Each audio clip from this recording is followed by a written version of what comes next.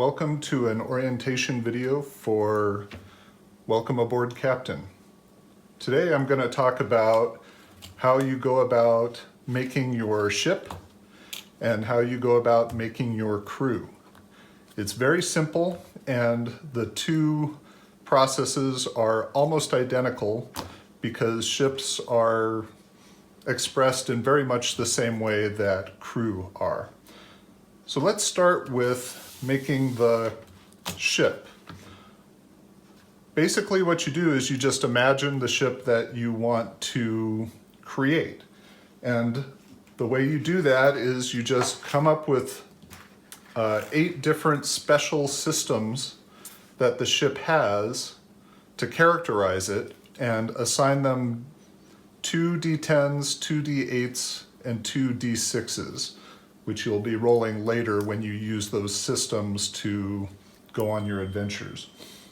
So today I'm gonna think of a name for the ship. Let's call it the AWF Emmy Noether, after the mathematician.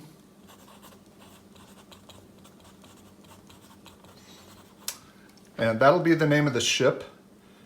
And then I just need to come up with 6 systems that kind of characterize this ship. Now I'm gonna envision this ship as like a long distance science vessel. So it's gonna need to be self-dependent, or it's gonna need to be independent as it flies very far away, and it's gonna have some systems that lend itself to science and exploration. So I think probably the biggest thing it's going to need is its own powerful independent reactor. So let's say that it has a hydrogen crucible. We'll just call it that. Hydrogen crucible. It can turn hydrogen into intense power. And that'll be one of its D10 systems. And let's just say it has some high-res sensors,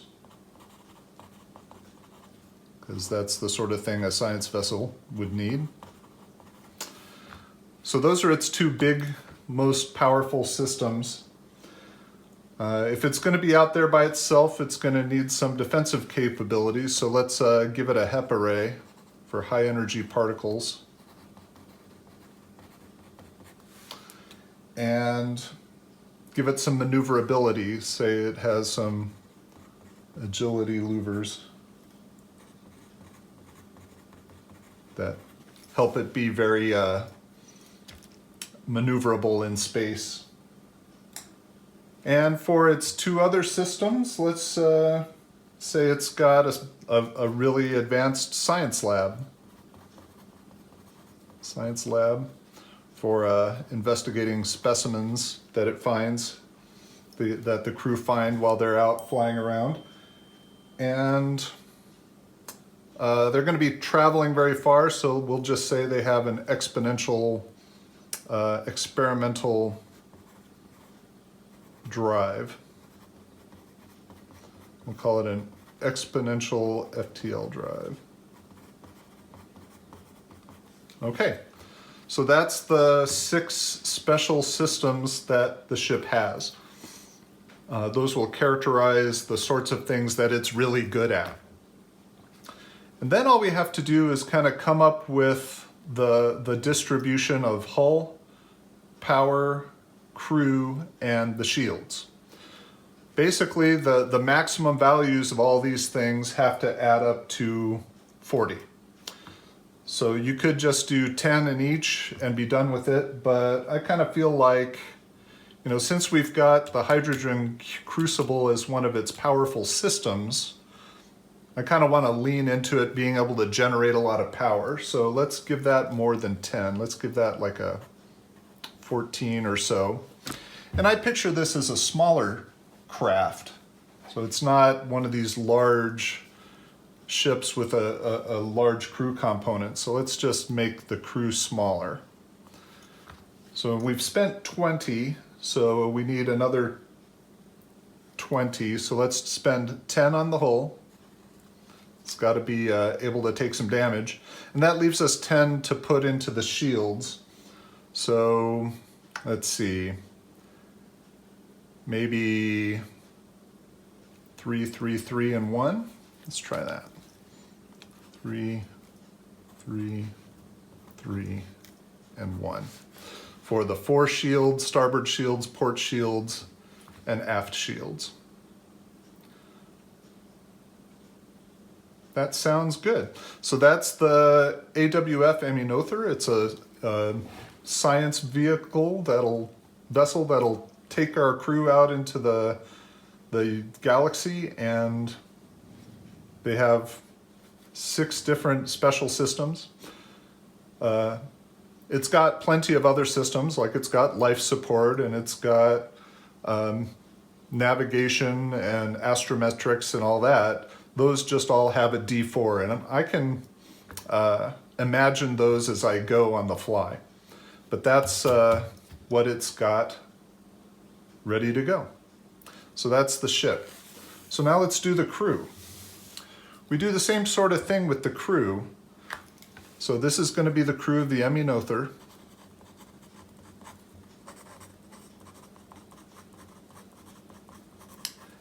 And I just need to go through a similar process for the captain, pilot, operations lead, communications, science, engineering, and medical leads.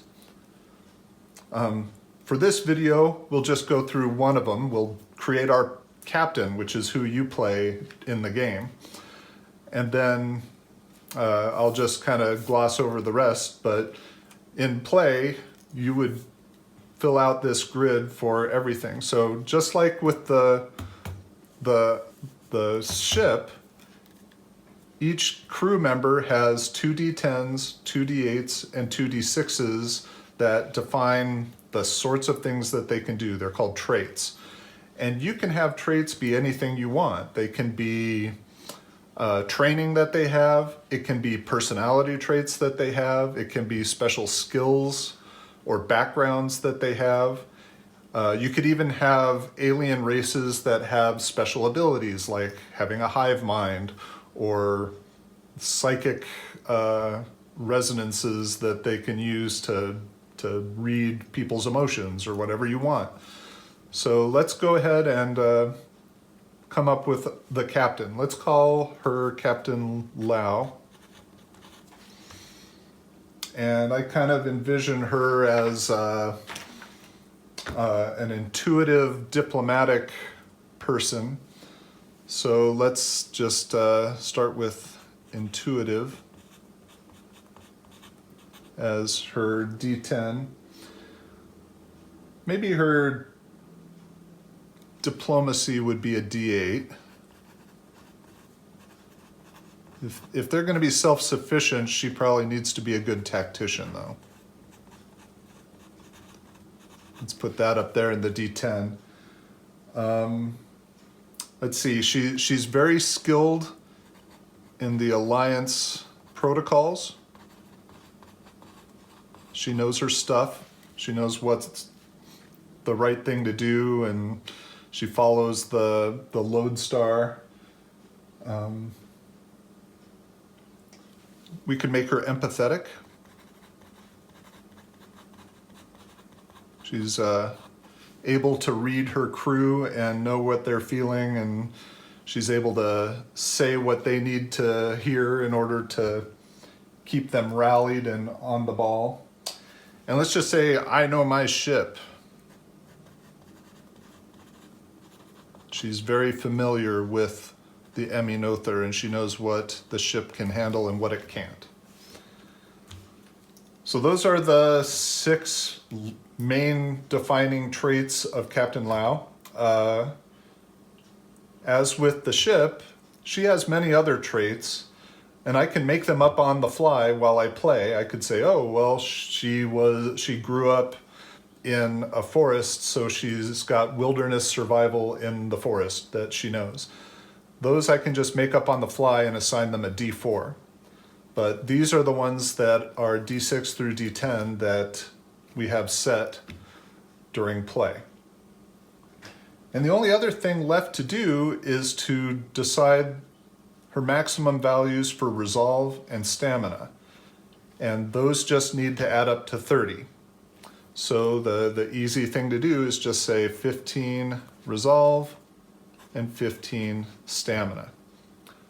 But you could do 20 and 10 or 10 and 20.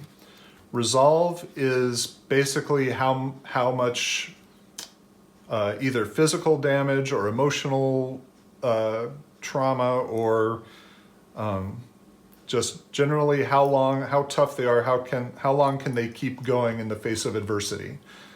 Stamina is a resource that you can spend to get rerolls. So that's what you spend to go above and beyond while you're performing your duties. And so those two things together define how they respond to situations. If they're the tortoise, they would have a high resolve and a lower stamina. If they're the hare, they would have a low resolve and high stamina, basically.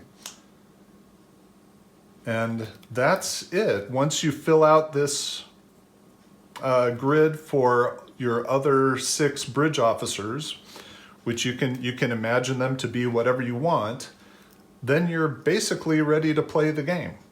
You'll have your ship done, you'll have your crew done, and then you can set off out into the galaxy.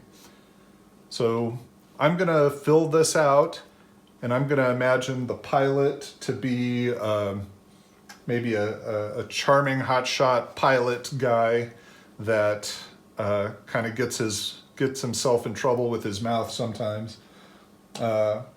Operations will be a tough guy that has some no-nonsense aspect to him, that is put in charge of security and dealing with humanitarian operations. The communications person might be a natural linguist, perhaps, or a cryptology expert. The science person might be a xenobiologist who is out there looking to find more information about other life forms. Engineering might be a tough person that's good at crawling into the tubes or wrestling power out of the reactor. And maybe the medical person is he's really good at emergency medicine or medical research or something. I'll come up with some things for that.